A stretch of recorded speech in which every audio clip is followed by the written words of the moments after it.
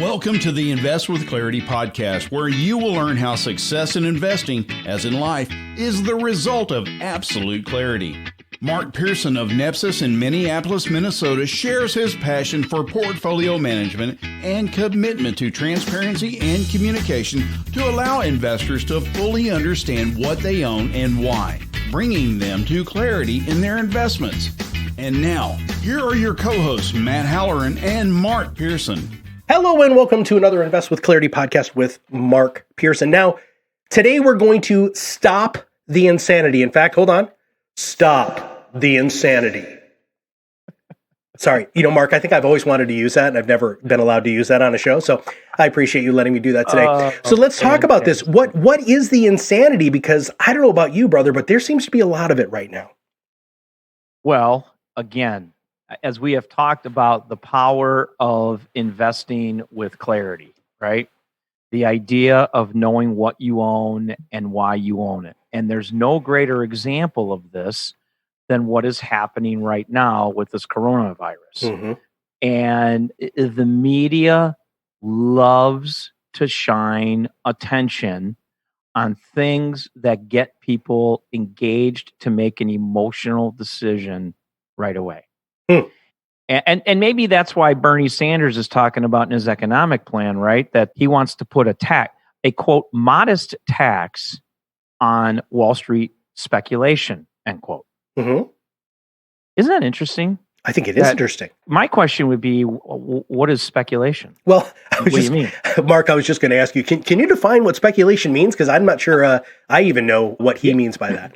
Yeah, is Bernie Sanders going to make that decision? Now, the reason why I bring that up and say that is, to be quite frank, a lot of investors do speculate because they don't know what they own and why they own it. Mm-hmm. And if you don't know what you own and why you own it, then you are speculating. You are not making necessarily an intelligent investment decision. And this is the part of the reason we've talked about in previous podcasts about indexing mm-hmm. and owning ETFs and quote unquote, and owning the stock market, if you will. Because the industry likes to, for lack of a better phrase, make this as little complicated as possible for investors and somewhat keep them on the emotional predisposition of making quick, irrational decisions, not unlike what they did in the end of 2018 and 2019. We've talked about this topic over and over again on the podcast about the emotional biases and the lack of clarity that investors have. And there's no question that right now, this new virus and the new outbreak here has got everybody on pins and needles. Now, as we're having this podcast, because I know, there's got to be production before this thing will be uplisted up, mm-hmm. right? But right now, we're having a little bit of a bounce back today. This is February 26th, I believe. It is. The S&P 500, ironically, with all of this noise going on, right? The NASDAQ is literally year to date right now, as we say this, is up about year to date on February 6th, 0.76%. Again, it's up 0.76. The Dow is down 4.62. The Russell 2000 down 5.81. And the S&P 500 is down 2.56. The ACWI is down 3.84. Okay. Year to date, it's February. Right. So all this panic, all this noise after a tremendous 2019, this is what we're subjected to, this insanity, right? Now, yes, it's true that the S&P at one time was up over 4%. So we've roughly seen about a 7 to 8% pullback from top to bottom on the S&P. Okay. After all of this noise, okay? So the point here is listen to the podcast about biases. Yeah. Listen to podcasts here at Invest with Clarity about knowing what you own and why you own it and investment process. Investment decisions should be made over time, not over long periods of time, not short periods of time, right? Mm-hmm. So when you think about a pullback like this, you shouldn't be thinking about panicking. You should be lining up what companies do I want to buy more of? Of course, which is exactly what we have been doing. Right. I'll give you some interesting statistics, and ironically, market reactions during virus emergencies. My crack research team, headed by Chuck Getzweiler, put this together. You remember SARS? Oh, yeah. January of 03 to March of 03, 38 trading days. The S&P was down 12.8%. Oh. The avian flu, January of 04 to August of 04, 141 trading days. It was down 6.9. MERS, in September of 12, November of 12, 43 trading days. The markets were down 7.3. Ebola, December of 13 to February of 14, 23 trading days, down 5.8. Zika virus, remember the Zika virus in November of 15 to February of 16? Yeah, I must be 66 trading days, and the S&P was down 12.9. Now, coronavirus, January 20 to present, this number, when it was put together, it was down 2. We've actually seen, let's call it 8% pullback. We're right in the sweet spot of pullback on viruses, right? And now they're starting to talk about people going back to work and yada, yada, yada. Now, I'm not in the business of predicting where the bottom is, but between myself and my team, my prediction, I shouldn't say my prediction, my thought was if we went down 8%, this is a few days ago, if we went down 8%, that's roughly half of a 15% pullback. 15% is about all you're going to get. I mean, SARS was 12.8, right?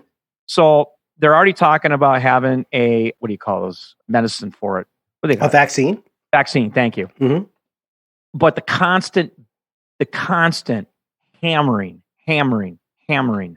on investors and the fear that they are portraying of this is completely insane and out of whack. Well, I want to let me pause you there. It just, first off, it's weird that I knew every one of those diseases that you were talking about. That's because we're old. I know. But the other thing is, so when somebody is invested in an index or an ETF, when the market does do this, they are going to get caught up in the panic because they're going to see their indexes react in a very similar way than a pullback. But if you truly know what you own and why you own it, then you're going to do what you do best, which is to take advantage of being able to buy great companies at a discount. Is that fair? That is absolutely correct. You are dead on that. So I'll give you, I got a text from a friend of mine. We don't manage money for him because it's a business relationship. It's a conflict, and it's best we don't do that, right? So he texts me and says, quote, the market is cratering. This is yesterday, right? What's a poor momentum investor like me to do? He's a momentum guy, right? He doesn't have a strategy. He's an emotional investor. He is a momentum guy. I said, well, first, you should be appropriately asset allocated. If you're in all momentum stocks, you have no flexibility to take advantage of pullbacks because momentum stocks are just going to continue. All of them are going to go down, right? There's been really no safe haven per se, except for a few areas. But everything doesn't go down the same amount, right? So I said, in a sense, you have to ride the correction out since you are all momentum. We are now down around 8% from highs. Could see another 7%, just like I said yesterday, right? 15% down, pending a global pandemic. They're saying now it's not really going to be a pandemic. So we are halfway through potential correction. His response was, asset allocation, question mark? Oh, no. What's that? I'm not familiar with that term. And he was joking, of course. So the point is that as an investor, if you are appropriately asset allocated, anytime you get a pullback of 7, 8, 10, 15%, you should be looking at selling, if you're in ETFs and mutual funds, doing what they call the static rebalance, right? Rebalancing all of your funds to your target percentages. That forces you to sell profit and buy stuff on sale. And that's really the only option, in my opinion, you really have if you're going to be a quote-unquote asset allocator. In the case at Nepsis, what we have been doing is we took some profits in some things that we believe coming out of this will not perform as well coming out of it. And other names that we own, which we think are tremendous long-term investments, we got to buy more of on sale. And this is going to turn out to be just like any other standard ho-hum pullback. And like we always tell our clients, Matt, always be prepared for a 20% pullback. So a couple things I want to remind our listeners and remind you of about pullbacks, and that they should not be feared, but they should be revered. Okay. Over the last 40 years, the S&P 500 has been up 30 times or 75%. Over the last 40 years, there's never been a year without a pullback. Over the last 40 years, the average intra-year drop was 13.8%. Investors must expect a 15% drop in each and every year. These are expectations. The key to success, Matt, is understanding your expectations and having low expectations. I've used the story about Warren Buffett. When Ted Koppel asked him, what's the key to success? He said, low expectations. I love that answer. That's exactly right. Let me ask you a quick question about something you just said, though. So if every single solitary year I can expect, because historically we've seen that, anywhere from a 15%-ish pullback, what happens if you're taking income? I think that's a great question. Yay! You see, if you're taking income, your portfolio should be appropriately asset allocated. This is one of the things I love about the Nepsis investment process, which is about owning individual businesses as opposed to funds, because you can sniper rifle where you're getting your cash from. In general, we always have cash, right, in our portfolios. For the most part, there's some level of cash. And the asset allocation is there's always a level, particularly if you're taking income out, those are more income-based or balanced type portfolios, right? So I'll tell you exactly one of the things we did. We brought our utility positions back into the target level that they should be at, because those stocks during pandemics or during virus outbreaks like this, generally those kind of stocks hold up much better. So I'll give you an example. Duke Energy's up 9.22% year to date. Southern's up 5.1%.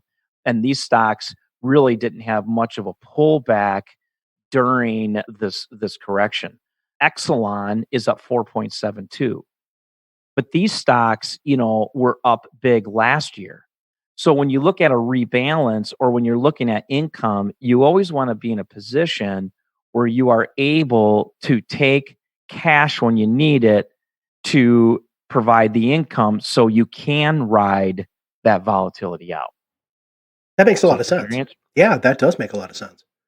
So again, one of the things we haven't talked about in a long time, and I think it's very pertinent as it pertains to black swan events, and we always tell our investors, and I think in a recent podcast even, we discussed this. Always be prepared for black swan events. Always. Always be prepared for a 20% correction.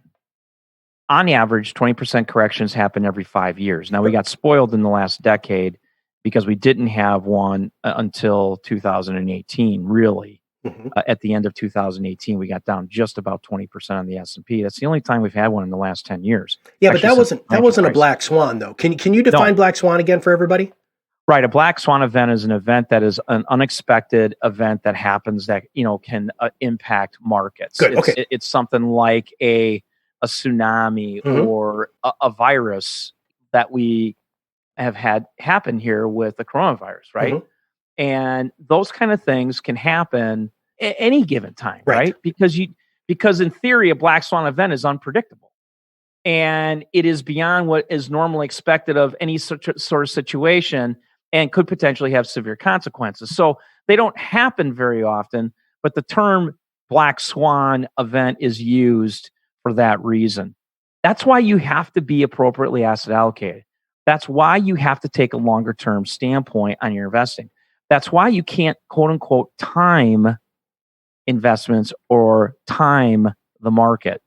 You have, and people want to say, well, you can do technicals, you can use technicals. Look, when black swan events happen, no offense, but a lot of times technicals are thrown out the window. That's right. And it only takes one time to be wrong to completely impact in a negative way your long-term investment goals. All right. Hey, I want to jump in here with this, because if you truly know what you own and why you own it, right? If a black swan event happens, you can know what that company generally does during a black swan event, but you can't do that with a mutual fund or an ETF. Is that fair? That's without question. Without question. I'll give you a great example. I've used this example before. I remember I was literally on the cross trainer one morning. This is back, I don't even remember what year, maybe it's 2011, 12, 13, the Japanese tsunami. I forget the year. 2011 maybe, I think is when it was.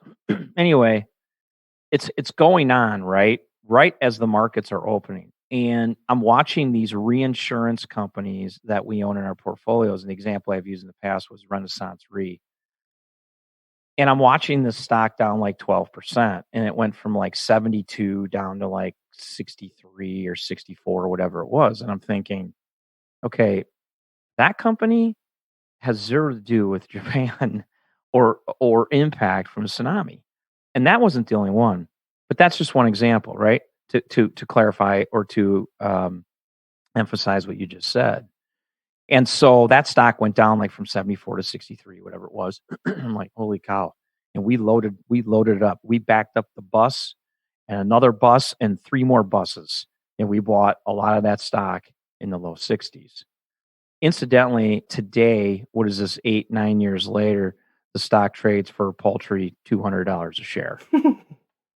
So 65 to 200. I don't know. You do the math. What's that, about 170% return? That's pretty darn good, man. Yeah. Over 9 years? Mm-hmm. Plus it paid a dividend? Heck yeah. Yeah. So when you know what you own and why you own it, you have greater clarity in the decision-making process. We've talked about in previous podcasts the idea of what we have created here at Nepsis, the conviction index. So there's a ranking of conviction level that I will have when it pertains to a certain investment, a company that we own. And when it goes down a certain amount for no real reason, i.e. the long-term fundamentals haven't changed, that provides tremendous opportunity to take advantage of things, right? So I'm gonna throw you a couple really interesting returns right now, okay? Because this can totally change, but as of right now, okay? So JD.com is a China name, right? So everybody's worried about China and their earnings and stuff. JD.com is up 12.89% year to date right now on February 26th. Baidu is down 3.83. Bizon is down 3. IQ is up 15.4. These are China companies, okay? Now, Bank of America, only U.S. company, not even have international exposure, down 12.29%. Huh. Citigroup down 12.79%. I'm just looking down the list of American companies. Walmart down 3.66%. What's the moral of the story? Amgen down 10%. That while everyone is fretting over China, and China stocks are actually performing year to date in many cases better than the U.S. counterparts. Isn't that ironic? It is ironic. Well, what did we say in our last podcast or two ago? We believe that we're in the beginning stages of a long-term secular bull market in emerging markets, including China. And some argue that China really isn't even a emerging market. But this virus will come and go. This virus will go, and there'll be another one in the future, right? Yeah. But there are so many people in China. Their economy is on the growth, on a path for huge growth over time. You cannot overlook the opportunity to invest in very good, profitable businesses long-term when corrections happen. Period. Oh, by the way, incidentally, Baidu got down to like $93, $94 in 2018. JD.com got down to like 19. IQ got down to like 15. Remember the numbers I just gave you where they're at now? Yeah. So even if you took a 14-month period from December of 18 till now, those stocks have rebounded significantly. Is time in a stock, not timing a stock. Stick to your buy discipline, stick to your sell discipline, and turn off the TV and quit listening to babble. Yeah. Well, that is a great way to stop the insanity, to truly rise above the noise, to know what is actually going on. And the only way that you can know what actually is going on within your portfolio is if you know what you own and why you own it, and know that there's a discipline behind it. Closing thoughts. Anything else that you want to say about this insanity, my friend, before you close it up for today? Biggie, I think you summed it up perfectly. Well, with that, all of you need to share these podcasts, especially the last 3 that Mark and I have done, because it truly outlines why it's so important to work with a company like Nepsis. Here's the deal. There is, with the elections coming up, with all of the things that are going on, there's going to be an enormous amount of insanity that is going to impact the market for really no apparent reason. And unless you truly know what you own and why you own it and how that could potentially affect your income producing portfolio or just your other portfolio, you have to know what it is, what's in there, and have a conversation with somebody who can talk to you about all of that. So please make sure that you click that share button. Super, super easy to do that. And if you have not subscribed to the podcast, click that subscribe now button, because that way, every time we come out with a new one, it'll show up directly on your listening device. So for Mark Pearson and everybody at Nepsis, we want you to invest with clarity. We'll see you on the other side of the mic very soon. The content discussed is for informational purposes only. It is not a solicitation or recommendation for any securities that may be mentioned herein. Advisory services offered through Nepsis Inc., an SEC-registered investment advisor.